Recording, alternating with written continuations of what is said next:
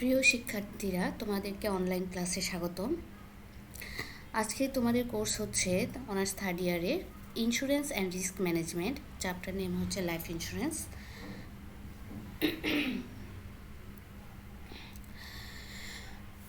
Life ইন্স্যুরেন্সে কতগুলি topic তোমাদের গত ক্লাসে আলোচনা করেছি। আজকে যে টপিক নিয়ে আলোচনা করব, যে বিমার যে প্রিমিয়াম দিতে হয় বা স্যালামি দিতে হয় সেটি কি আসলে। আমরা জানি যে প্রিমিয়াম হলো আসলে বিমা চুক্তির প্রতিদান বা বিনিময় মূল্য। সাধারণত প্রিমিয়াম বলতে আমরা মনে করি যে অতিরিক্ত অর্থ প্রদানকে বোঝায়, আবার শেয়ার বাজারের ক্ষেত্রে ফেস ভ্যালু বা নিজস্ব মূল্য অপেক্ষা অতিরিক্ত মূল্যে বিক্রি করাকে আমরা প্রিমিয়াম বলি। কিন্তু আসলে প্রিমিয়াম বিমার ক্ষেত্রে প্রিমিয়াম শব্দটি একটি বিশেষ অর্থ বহন করে।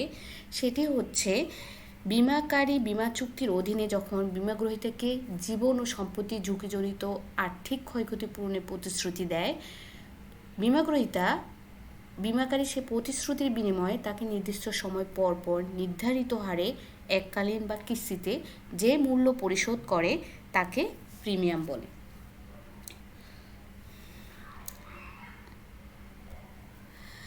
জীবন বিমার প্রিমিয়াম হার নিয়ন্ত্রণকারী উপাদানসমূহ, তার মানে প্রিমিয়াম হার নির্ধারণের ক্ষেত্রে হচ্ছে কতগুলি বিষয়কে বিবেচনা করা হয়।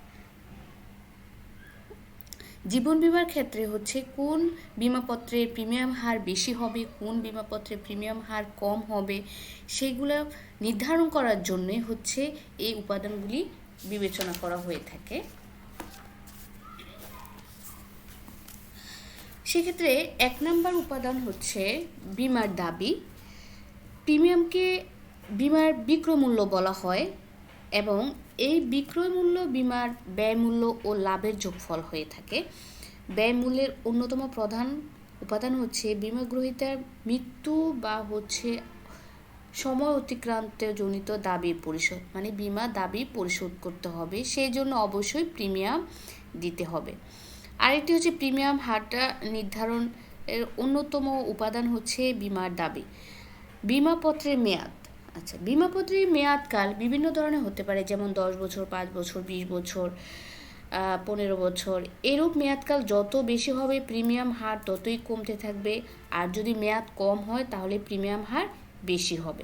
তার মানে বিমাপত্রের মেয়াদ বিমার প্রিমিয়ামের ক্ষেত্রে প্রভাব বিস্তার করে থাকে।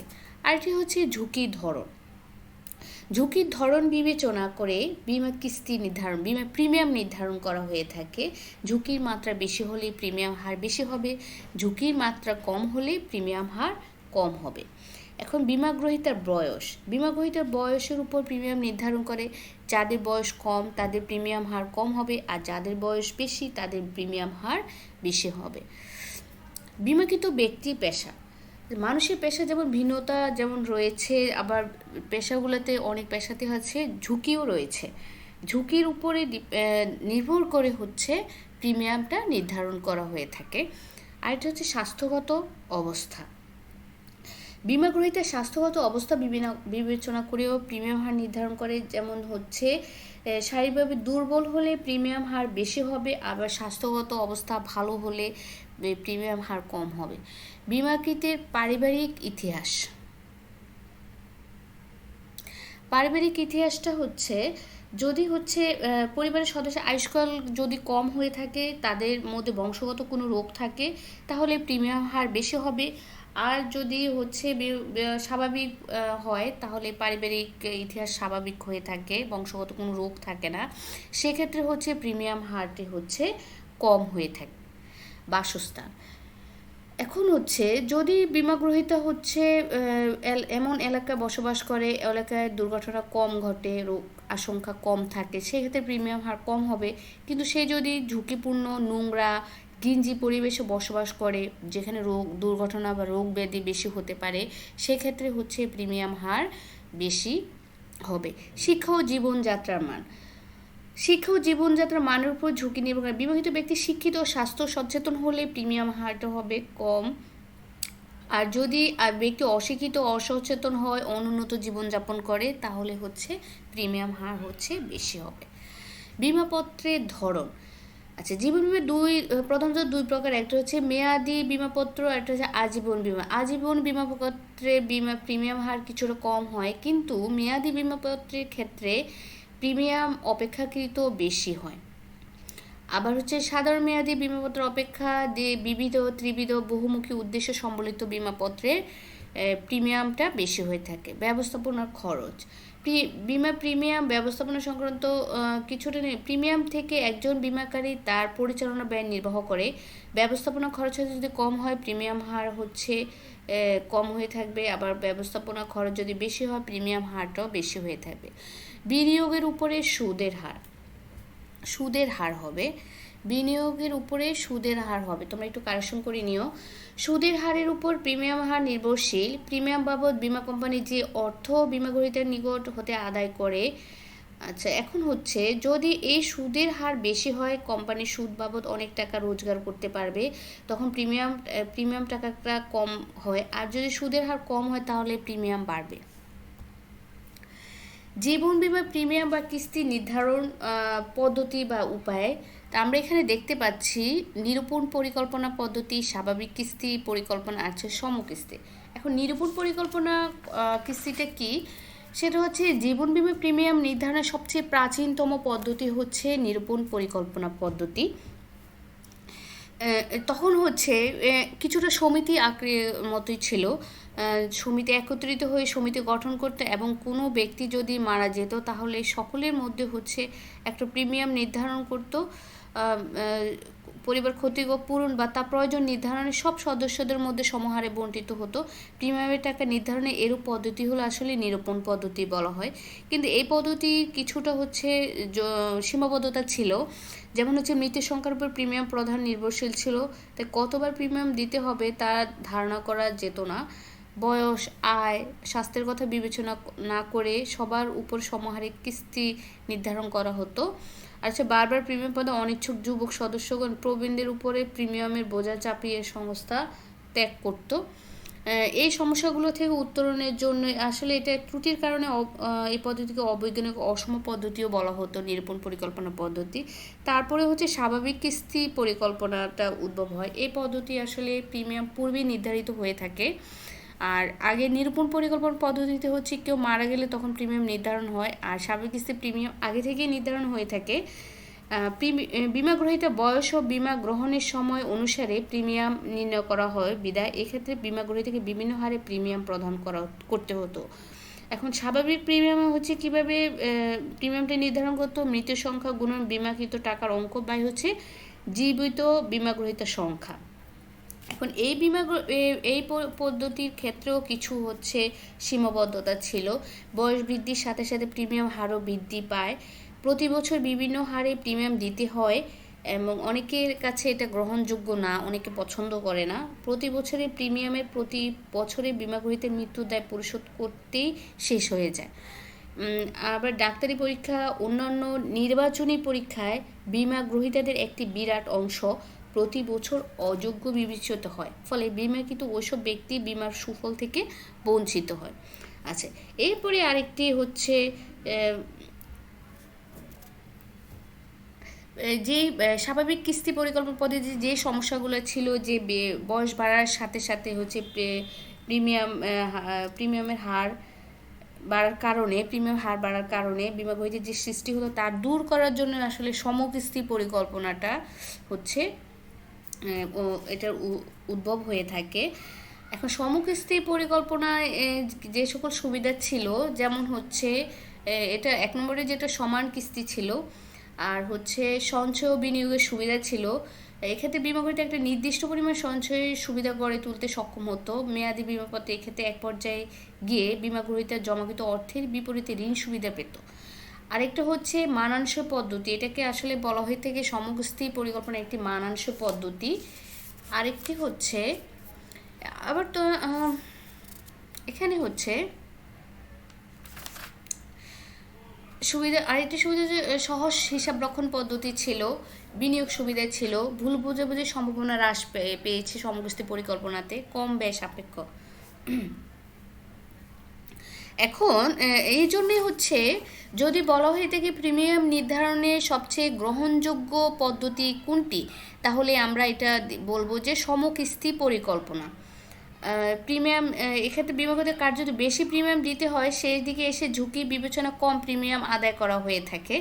আবার বার্ষিক, অর্ধবার্ষিক, ত্রৈমাসিক ভিত্তিতে প্রিমিয়াম আদায় করা হয়ে থাকে।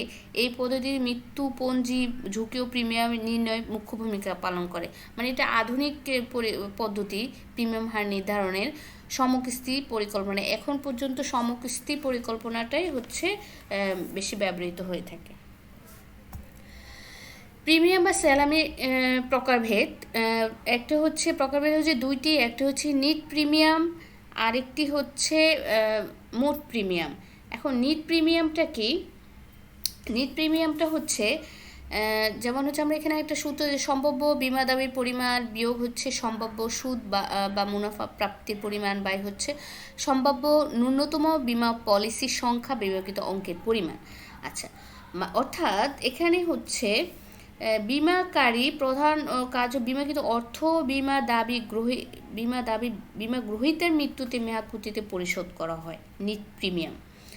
আচ্ছা, বিমাকারীর প্রধান কাজ যেটা আছে, এরূপ বিমা দাবি পরিশোধ করার জন্য বিমা গ্রহীতার নিকট হতে প্রাপ্ত প্রিমিয়াম উক্ত প্রিমিয়ামের সুদ যোগ করে যে তহবিল সৃষ্টি হয়, তার মানে হচ্ছে নিট প্রিমিয়ামটা হচ্ছে বিমা গ্রহীতা থেকে যে প্রিমিয়াম নির্ধারণ হয় প্লাস হচ্ছে এর সাথে হচ্ছে উক্ত প্রিমিয়ামের উপর সুদ যোগ করে যে তহবিল সৃষ্টি হয়, সেটাকে আমরা বলবো নিট প্রিমিয়াম।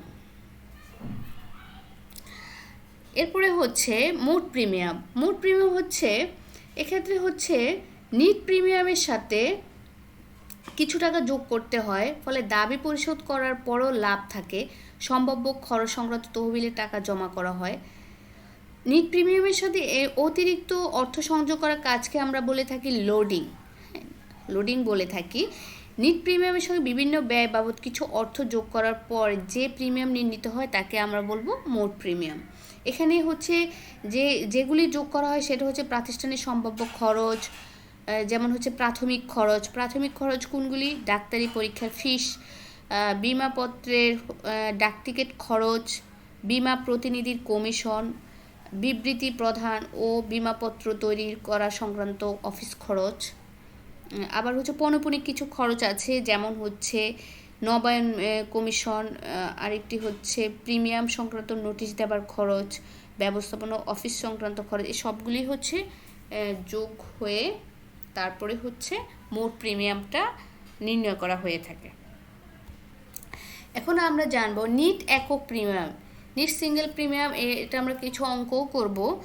যে প্রিমিয়াম বিমাকারী একত্রে বিমা গ্রহীতার কাছ থেকে পেয়ে থাকে এবং যা অর্জিত সুদসহ সৃষ্ট বিমা দাবি পূরণের জন্য পর্যাপ্ত।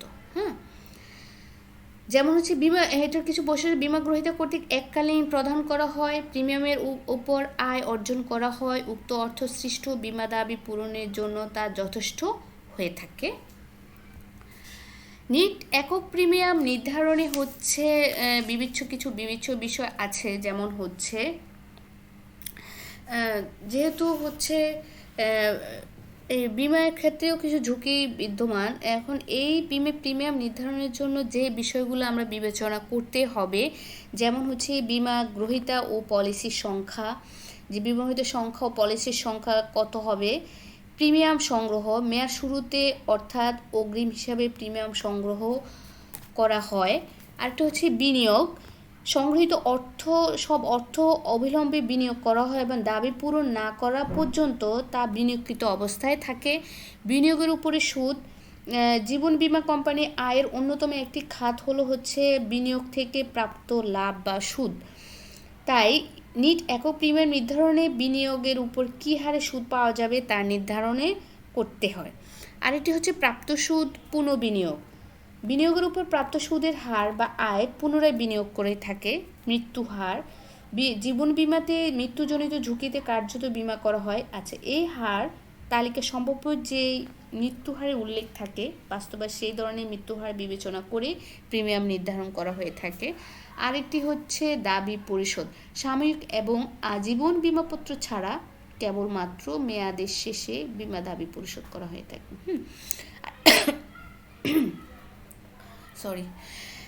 সমকিস্তি, আর হচ্ছে সব বিমা পলিসি একই মূল্যমানের হয়ে থাকে।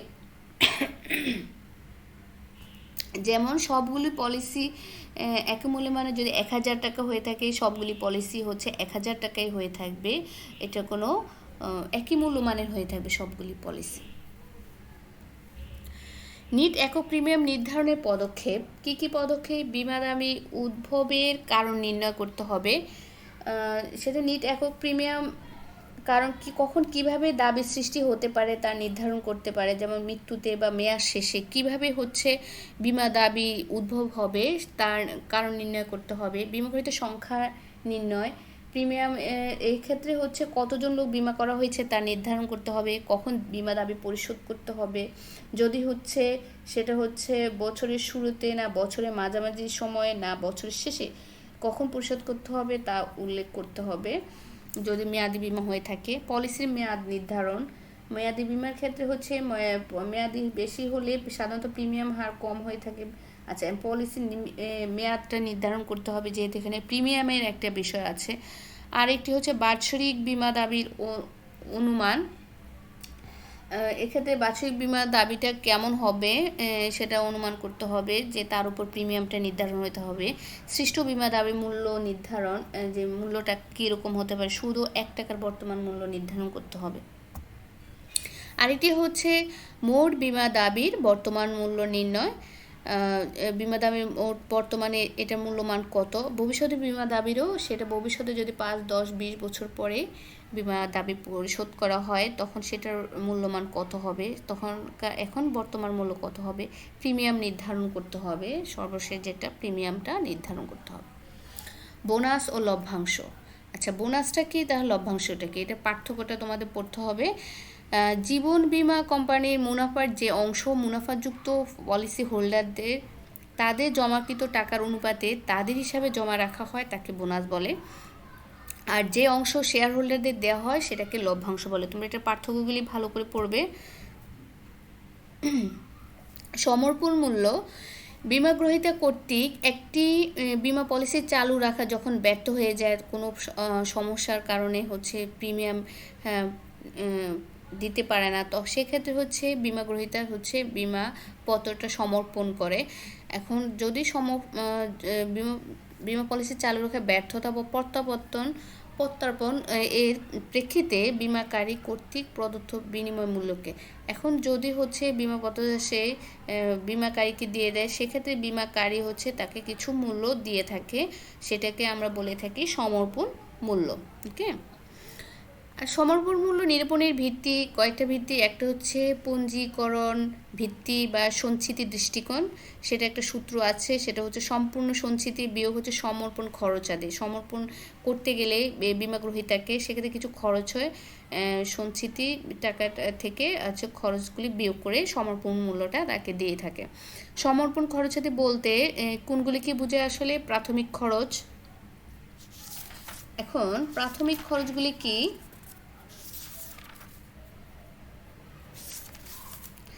প্রাথমিক খরচ হচ্ছে ডাক্তারি পরীক্ষার খরচ, বিমাপত্র ইস্যু সংক্রান্ত খরচ, আর হচ্ছে প্রতিনিধির কমিশন।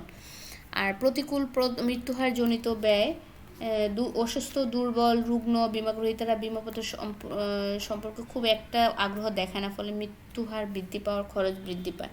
আর হচ্ছে প্রতিকূল আর্থিক অবস্থা, দেশের আর্থিক অবস্থা যদি খারাপ হয়, বিমাপত্র সম্পূর্ণ একটা হিড়িক পড়ে যায়, তখনও বিমা প্রতিষ্ঠানগুলির ক্ষতি হয়, সেটারও একটা মূল্য তারা নির্ধারণ করে। আর এটা হচ্ছে আপৎকালীন সঞ্চিতি তহবিলে অনুদান। আচ্ছা, ভবিষ্যতে যে কোনো আর্থিক দুর্যোগ মোকাবেলার জন্য বিমা কোম্পানিগুলো সঞ্চিতি তহবিল বরাদ্দ করে থাকে। সমর্পণ মূল্য নিরূপণের ক্ষেত্রে বিমাকারীকে তা বিবেচনা করা হয়। আরেকটা হচ্ছে সমর্পণ খরচ। সমর্পণ প্রক্রিয়া সম্পাদন করতে যেসব খরচ হয় সেগুলোকে আমরা সমর্পণ খরচ বলবো, সেগুলো হচ্ছে বিয়োগ যাবে। আরেকটি হচ্ছে সঞ্চয়ন দৃষ্টিকোণ থেকে, দুইটি দৃষ্টিকোণ, একটা সমর্পণ মূল্য নির্ধারণে, এটা হচ্ছে একটা পদ্ধতি সঞ্চয়ন দৃষ্টিকোণ। সমর্পণ মূল্য থেকে বিমাকৃত অর্থ যোগ ভবিষ্যতে খরচে জমাকৃত অংশ বা ভবিষ্যতে প্রদে বোনাস বিয়োগ হচ্ছে ভবিষ্যতে প্রাপ্য প্রিমিয়ামের পুঞ্জীকৃত মূল্য বা সমর্পণ খরচাদি বিয়োগ করলে হচ্ছে যে সমর্পণ মূল্যটা বের হবে, সেটাই হচ্ছে বিমা গ্রহীতাকে প্রদান করা হবে। আরটি হচ্ছে সমর্পণ মূল্য পরিশোধের উপায়, কিভাবে নগদ সমর্পণ মূল্য পরিশোধ করা হয়। বিমা গ্রহীতা নগদ অর্থে সমর্পণ মূল্য পেতে পারে, আবার নগদ সমর্পণ মূল্য পরিশোধ করা হয় তখন বিমা চুক্তির অবসান ঘটে, বিমাকারী আর কোনো দায় থাকে না। আর হ্রাসকৃত পরিশোধিত বিমা আছে, এটা একটা পদ্ধতি, তাৎক্ষণিকভাবে সমর্পণ মূল্য পরিশোধ করা হয় না, মোট অর্থকে কতগুলি আনুপাতিক ক্ষুদ্র ক্ষুদ্র ক্ষুদ্র অংশে হ্রাস করা হয়, বিভিন্ন মেয়াদে ওই অংশ পরিশোধ করা হয়, হ্রাসকৃত ক্ষুদ্র ক্ষুদ্র করা হয়, তারপরে সেটাকে আস্তে আস্তে করে পরিশোধ করা হয়। সম্প্রসারিত সাময়িক বিমা, সমর্পণ মূল্যে নগদ অর্থ গ্রহণ না করে এই ক্ষেত্রে বিমা গ্রহীতা প্রাপ্য মূল্যের অনুপাতে একটি মেয়াদি বিমা ক্রয় করতে পারে। সমমূল্য দ্বারা বিমার একক প্রিমিয়াম পরিশোধ করা হয়ে থাকে, সেটা হচ্ছে সাময়িক বিমায় পরিণত করে, একটা বিমা থেকে আরেকটা বিমায় পরিণত করে। স্বয়ংক্রিয় প্রিমিয়াম, এই পদ্ধতি মানে হচ্ছে ভবিষ্যতে প্রিমিয়াম পরিশোধের জন্য হচ্ছে সমর্পণকে ঋণ হিসাবে ব্যবহার করা হয়। বিমা গ্রহীতার সমর্পণ হিসাবে যে অর্থ প্রাপ্য উহা দ্বারা স্বয়ংক্রিয়ভাবে পরবর্তী প্রিমিয়াম হিসেবে পরিশোধ হতে থাকবে, যতক্ষণ পর্যন্ত উদ্বৃত্ত থাকবে ততক্ষণ পর্যন্ত এই নিয়মে চলতে থাকে। আচ্ছা, আরেকটি হচ্ছে বার্ষিক বৃত্তি ক্রয়। সমর্পণ পরিশোধের আরেকটি উপায় হলো বার্ষিক বৃত্তি ক্রয়। বিমা গ্রহীতা এই সমর্পণ মূল্যের বিনিময়ে বিমাকারীর নিকট হতে একটি বিমাপত্র ক্রয় করে থাকে। সমর্পণ, এই পাঁচটি পদ্ধতি হচ্ছে এই সমর্পণ মূল্য পরিশোধের উপায়। আচ্ছা, এখানে উদ্বৃত্তটা আমার ল্যাপটপে আসে না কেন জানি, অন্যরকম ভাবে আসে। আচ্ছা, উদ্বৃত্ত ও মুনাফা এই দুটার মধ্যে তোমরা হচ্ছে পার্থক্য পড়বে। উদ্বৃত্ত কি আসলে? সাধারণভাবে দায়ের চাইতে বিমা তহবিল বেশি হলে অতিরিক্ত অংশকে আমরা উদ্বৃত্ত বলে থাকি। আর মুনাফা উদ্বৃত্ত থেকে বিভিন্ন আপৎকালীন তহবিল ও অন্যান্য তহবিলে প্রভিশন রাখার জন্য, অন্যান্য তহবিলে রাখার পরে বা বিভিন্ন সমস্যার জন্য রাখার পরে অন্যান্য খরচাদি এখানে হচ্ছে খরচাদি হবে।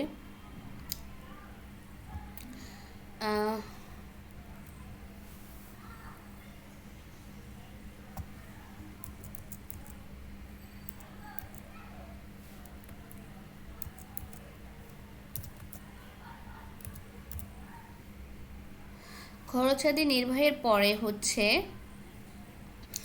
যে অর্থ অবশিষ্ট থাকে তাকে আমরা মুনাফা বলি। তোমরা এই দুটোর মধ্যে পার্থক্য পড়ে নিবে। রিজার্ভ বা সঞ্চিতি।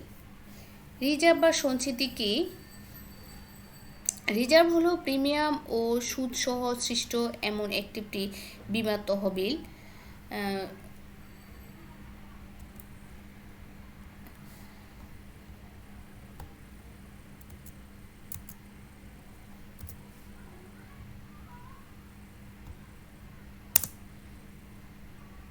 আচ্ছা, রিজার্ভ হলো প্রিমিয়াম ও সুদ সমেত হচ্ছে রিজার্ভ হলো প্রিমিয়াম ও সুদ সহ সৃষ্ট এমন একটি বীমা তহবিল যা বীমা দাবি পূরণের জন্য ব্যবহার করা হয় এবং দাবি পূরণের জন্য তা পর্যাপ্ত হয়। এটাকে রিজার্ভ বা সঞ্চিতি বলে থাকে। রিজার্ভের প্রয়োজনীয়তা, কেন রিজার্ভটা করা হয়ে থাকে?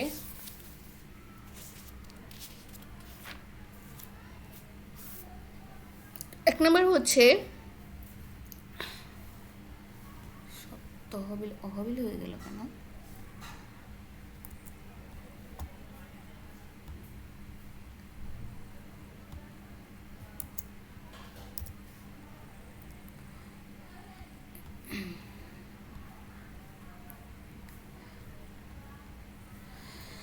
দাবি পূরণ। এক নম্বর রিজার্ভের প্রয়োজনীয়তা, এক নম্বরে হচ্ছে দাবি পূরণ।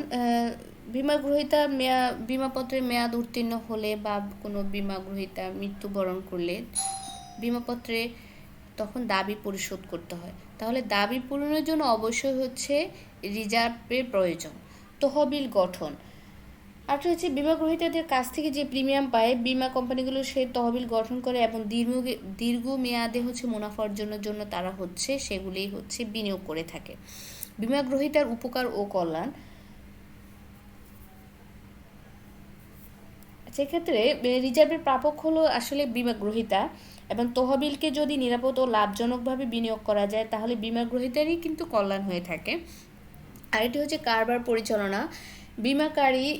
বিমাকারী বিমা তহবিল বিনিয়োগের মাধ্যমে প্রাপ্ত মুনাফা থেকে কারবার পরিচালনার যাবতীয় যে খরচ করে কারবার পরিচালনার যাবতীয় খরচ নির্বাহ করে সেটা হচ্ছে রিজার্ভ থেকে করে থাকে।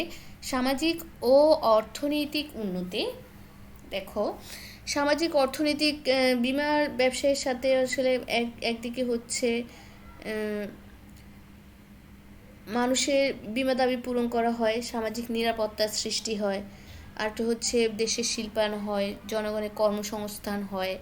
তাহলে এক্ষেত্রে হচ্ছে রিজার্ভই কিন্তু হচ্ছে সামাজিক ও অর্থনৈতিক উন্নতি ক্ষেত্রে গুরুত্বপূর্ণ ভূমিকা পালন করছে।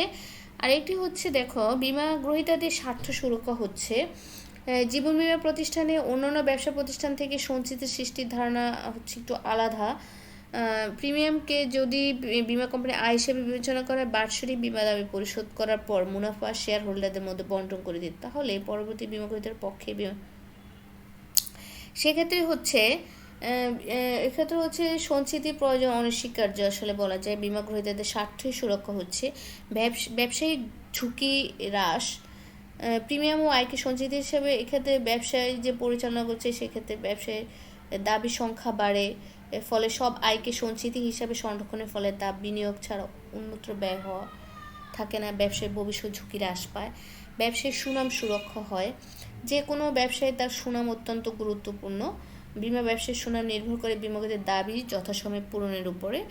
রিজার্ভ যদি থাকে তাহলে বিমা গ্রহীতাদের দাবি যথাসময়ে পরিশোধ করতে পারবে এবং ব্যবসায় সুনাম সুরক্ষা হবে। রিজার্ভের উৎস কী কী উৎস? একটা হচ্ছে প্রিমিয়াম হচ্ছে নিরূপণ পরিকল্পনা, স্বাভাবিক স্থির পরিকল্পনা, সমকিস্তি পরিকল্পনার মাধ্যমে হচ্ছে প্রিমিয়ামটা নির্ধারিত হয়ে থাকে। আরেকটি হচ্ছে সুদ।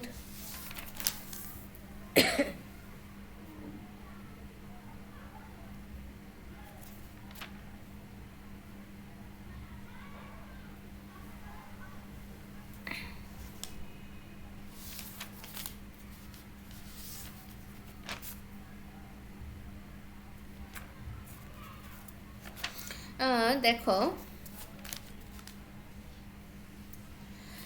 সুদ আচ্ছা পলিসির প্রকৃতি। আচ্ছা, সঞ্চিতির প্রকারভেদ। সঞ্চিতি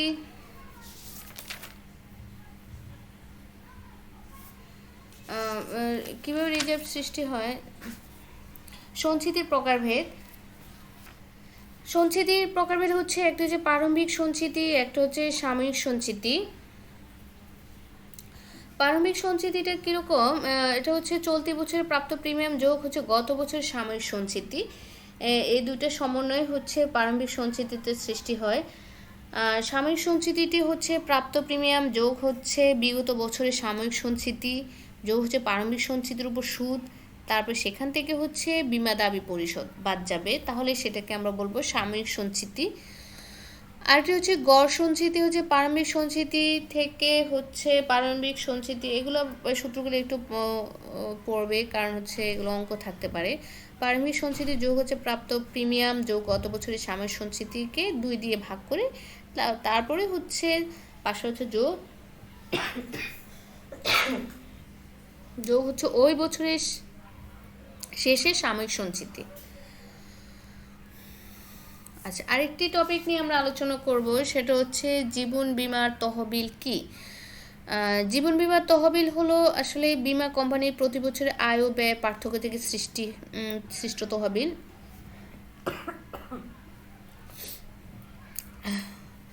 এই তহবিল কোম্পানির দায় হিসাবে বিবেচিত হয় এবং প্রতি বছরই বীমা কোম্পানির আয় বিবরণীর শুরুতে প্রারম্ভিক তহবিল হিসাবে এবং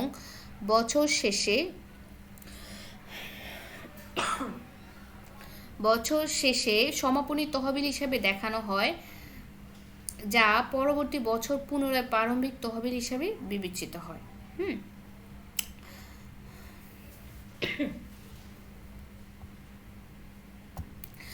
তহবিলের উৎসকে আমরা রিজার্ভ সঞ্চিতির উৎস, তহবিলের উৎস আসলে কিছুটা একই রকম। প্রিমিয়াম, বীমা প্রিমিয়াম, সুদ।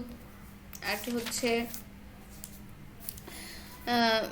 বীমা দাবি মেটানোর পরে যে অর্থ থাকে তা তহবিলকে গড়ে তুলতে সহায়তা করে বীমা প্রিমিয়াম দাবি পরিশোধ। আরেকটি হচ্ছে সুদ। বীমাকারী বীমাকৃতের কাছ থেকে বীমা কিস্তি হিসেবে যে অর্থ পেয়ে থাকে তার উপরে একটি নির্দিষ্ট হারে সুদ ধার্য প্রদান করা হয়। বীমাকারী এই সংগৃহীত অর্থ এক উন্নত লাভজনক নিরাপদ ক্ষেত্রে বিনিয়োগ করে থাকে, সেখান থেকে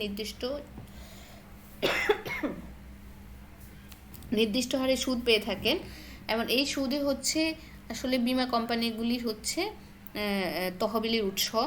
আর হচ্ছে মূলধনী লাভ। বীমা কোম্পানি যদি তার কোনো স্থায়ী সম্পত্তি প্রকৃত মূল্যে অপেক্ষা অধিক মূল্যে বিক্রয় করে তবে তাতে যে লাভ হয় তাকে মূলধনী লাভ, যেমন শেয়ার, ঋণপত্র অধিক মূল্যে বিক্রয় করা, এই ধরনের লাভই কিন্তু আসলে তহবিলের উৎস। ব্যয় খাত থেকে সঞ্চয়,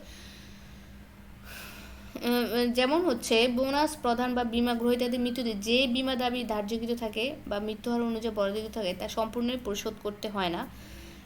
ব্যয় কম হতে পারে বা বোনাস কম দিতে হতে পারে, ধার্যকৃত মৃত্যুহারের চেয়ে প্রকৃত মৃত্যুহার কম হতে পারে, অর্থাৎ এসব খাত থেকে প্রাপ্ত অর্থ তহবিল গঠনে সহায়তা করে। আরেকটা হচ্ছে বীমা দাবি অপরিশোধ। কোনো জীবন বীমার দাবি পরিশোধ করতে হয় না, যেমন সাময়িক বীমা, বিশুদ্ধ মেয়াদী বীমাপত্র। এসব বীমাপত্রে বীমা কিস্তি সাধারণত বীমা কোম্পানি বীমাকারীর কাছ থেকে যায়, যা তহবিল গঠনের উৎস হিসাবে কাজ করে। বেওয়ারিশ দাবি। অনেক সময় দেখা যায় বিমাদের মৃত্যুর পর তা উত্তরাধিকার খুঁজে পাওয়া যায় না, কেউ দাবি উপস্থাপন করে না, সেক্ষেত্রে পুরোটাই হচ্ছে জীবন বীমা তহবিলের উৎস হিসাবে বিবেচিত হয়। জীবন বীমা তহবিলে বিনিয়োগ। জীবন বীমা তহবিল বলতে বোঝায় বীমা প্রতিষ্ঠান কর্তৃক সৃষ্ট তহবিল বিভিন্ন লাভজনক খাতে খাটিয়ে উক্ত তহবিল বাড়ানোর কৌশল হচ্ছে জীবন বীমা তহবিল বিনিয়োগ বলে।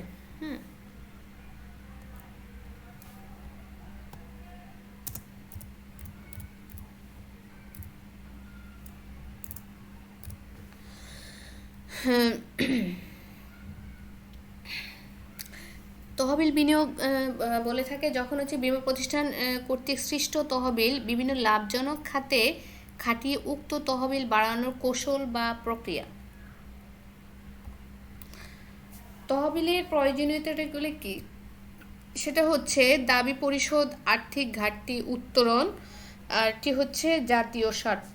একটা হচ্ছে বীমা দাবি পরিশোধ, বীমা গ্রহীতাদের যে বীমাপত্র আছে সেই দাবিগুলো পরিশোধ করা হয়ে থাকে। আর্থিক ঘাটতি উত্তরণ, সাধারণত বিমা প্রিমিয়াম হিসেবে যা পাওয়া যায় তার চেয়ে বেশি টাকা দাবি হিসেবে, এক্ষেত্রে অনেক সময় আর্থিক ঘাটতির সৃষ্টি হয়, তবে তহবিল বিনিয়োগের কারণে সে ঘাটতি থেকে উত্তরণ করা যায়। জাতীয় স্বার্থ, হ্যাঁ, বিমা কিস্তি হিসেবে বিমা প্রতিষ্ঠান যে বিপুল পরিমাণ অর্থ যা হচ্ছে সামাজিক এবং বৃহত্তর স্বার্থেও ব্যবহৃত শিল্প কারখানা উৎপাদনশীল বিভিন্ন খাতে কিন্তু এই অর্থ ব্যয় হয়ে থাকে। বাংলাদেশের জীবন বীমা ব্যবসায়ের ব্যবস্থাপনার সমস্যাসমূহ যেমন হচ্ছে কি সমস্যা আমরা দেখতে পাই,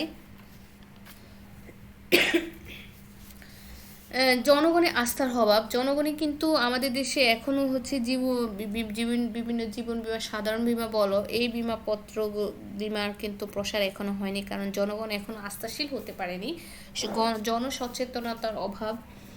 আর যেহেতু জনগণের মাঝে এই ভাবনা খুবই কম ভবিষ্যৎ নিয়ে, সেক্ষেত্রে এই জন্য জীবন বিমার প্রসারটা হচ্ছে না। প্রচার ও শিক্ষার অভাব, একটা হচ্ছে প্রচার ব্যবস্থা মারাত্মক প্রতিকূল ব্যবসায় প্রচার ও উপযুক্ত শিক্ষার অভাবে সে এই বিমা ব্যবসায়ের অতটা উন্নতি হতে পারছে না। সঞ্চয় নিম্নহার, জনগণের বেশিরভাগই হচ্ছে দারিদ্র্য সীমার নিচে বাস করে, সঞ্চয়ের প্রবণতা কম, সেক্ষেত্রে হচ্ছে তারা হচ্ছে এই বিমা ব্যবসায়ের বিমাপত্র খোলার ক্ষেত্রে আগ্রহী না। যোগ্য প্রতিনিধির অপ্রতুলতা, যেমন হচ্ছে প্রতিনিধিরাই কিন্তু হচ্ছে বিমা ব্যবসায় সম্পর্কে অন্যদেরকে ইন্সপায়ার করবে, মোটিভেট করবে যেন বিমাপত্র নিয়ে থাকে, সেক্ষেত্রে যোগ্য প্রতিনিধিরও অপ্রতুল রয়েছে। দক্ষ ব্যবস্থাপকের অভাব, বিমা প্রতিষ্ঠানগুলিতে প্রচুর অদক্ষ লোক কাজ করে, যার কারণে হচ্ছে ব্যবসার উন্নতি হতে পারছে না। সামগ্রিক প্রতিকূল অবস্থা, রাজনৈতিক অস্থিরতা, দুর্নীতি বিস্তার, প্রশাসনের অদক্ষতা, এগুলির কারণে কিন্তু বিমা ব্যবসায় ততটা প্রসার হতে পারছে না। আরেকটি হচ্ছে জীবন বিমার প্রিমিয়াম বা স্যালামি বা কিস্তি নির্ধারণ। কোনগুলি কিস্তি নির্ধারণ হয়ে থাকে, একটা সাময়িক বিমার একক প্রিমিয়াম নির্ণয় করা হয়ে থাকবে, তোমাদের করাবো, তোমরা এগুলো ভালো করে করবে। সম্ভাবনা পদ্ধতিতে সাময়িক বিমার একমাত্র প্রিমিয়াম নির্ণয়। আর এটা হচ্ছে সাধারণ মেয়াদি বিমার নিট প্রিমিয়াম নির্ণয়। সাধারণ মেয়াদি বিমায় নিট বার্ষিক প্রিমিয়াম নির্ণয় করবে, বা বিশুদ্ধ মেয়াদি বিমাপত্রের নিট একক প্রিমিয়াম নির্ণয় করবে, বিশুদ্ধ মেয়াদি বিমাপত্রের নিট বার্ষিক প্রিমিয়াম এবং আজীবন বৃত্তি চুক্তির একক প্রিমিয়াম নির্ণয় করবে।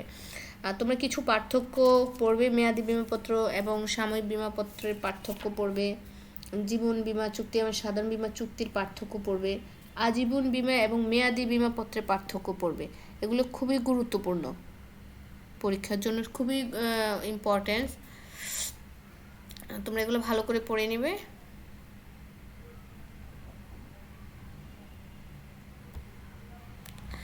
আচ্ছা, আমরা এখন নিট একক কিস্তি, নিট সিঙ্গেল প্রিমিয়াম, এটার সূত্রটা আমরা জানি। মৃতদের বিমা দাবির মোট মূল্য, তোমরা ইংলিশে অঙ্কগুলি থাকতে পারে। Present value of total claim by total number of policy holder. আমরা এখন একটা অঙ্ক দেখব, দেখো, calculate net single premium PNSP for 5 years term policy of টাকা 1000 ফ্রম দ্য ফলোয়িং ইনফরমেশন। কী আছে, ইয়ার আছে, এজ আছে, আর হচ্ছে পার্সন, যতজন পার্সন হচ্ছে বিমা করেছে তাদের সংখ্যা আছে, এবং 10জন পার্সন হচ্ছে প্রতি বছর মারা যাচ্ছে তাদের সংখ্যা, আর 1 টাকার 3% হারে বর্তমান মূল্য। অনেক সময় এই হারটা হচ্ছে অঙ্কে দেয়া থাকে, তোমাদের এখানে দেয়া নেই, কিন্তু তোমরা বের করে নিতে হবে।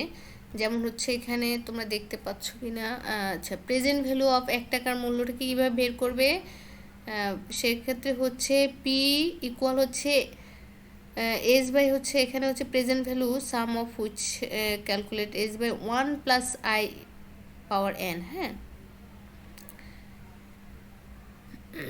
এস এখানে বলছে যেই টাকার উপরে তুমি নির্ণয় করবে সেটাকে বোঝানো হয়েছে।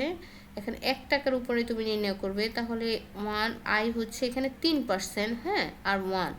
এখন তোমার এখানে ইয়ার্স হচ্ছে 5 ইয়ার্সের নির্ণয় করলো, এই যে এগুলো হচ্ছে 1 টাকার বর্তমান মূল্য বের হয়ে গেছে, ঠিক আছে।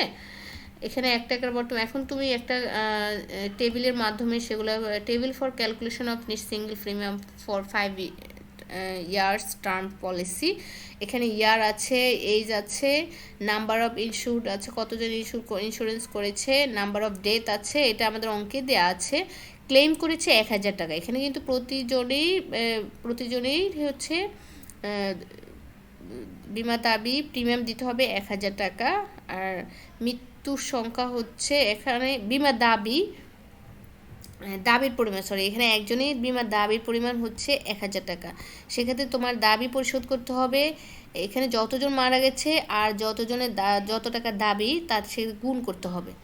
আর এই যে 3% হারে প্রেজেন্ট ভ্যালু অফ 1 টাকা 3%, সেক্ষেত্রে এখানে আমরা এগুলো বের করেছি, এগুলো এখানে দেওয়া আছে। এরপরে হচ্ছে বর্তমান মূল্য বের করবি। তুমি যে ক্লেম দেওয়া আছে ক্লেম আর হচ্ছে তোমার বর্তমান মূল্য 1 টাকার বর্তমান মূল্য 3% হারে সেটা গুণ করবে।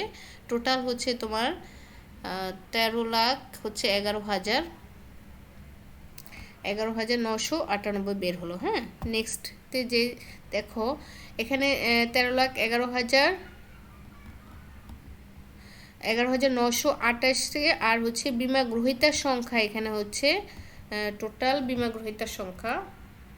দেখো টোটাল বিমা গ্রহীতার সংখ্যা এখানে হচ্ছে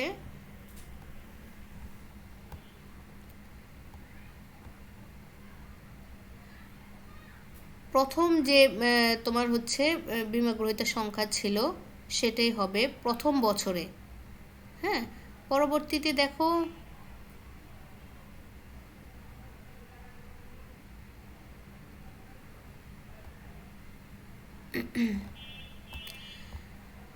এখন দেখো হচ্ছে 96,450 এটাকে আমরা নেট সিঙ্গেল প্রিমিয়াম হবে 13 টাকা 60 পয়সা হবে।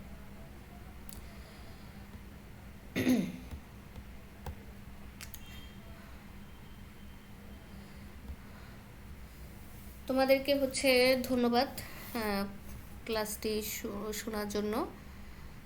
তোমরা ভালো থাকো, সুস্থ থাকো। আল্লাহ হাফেজ।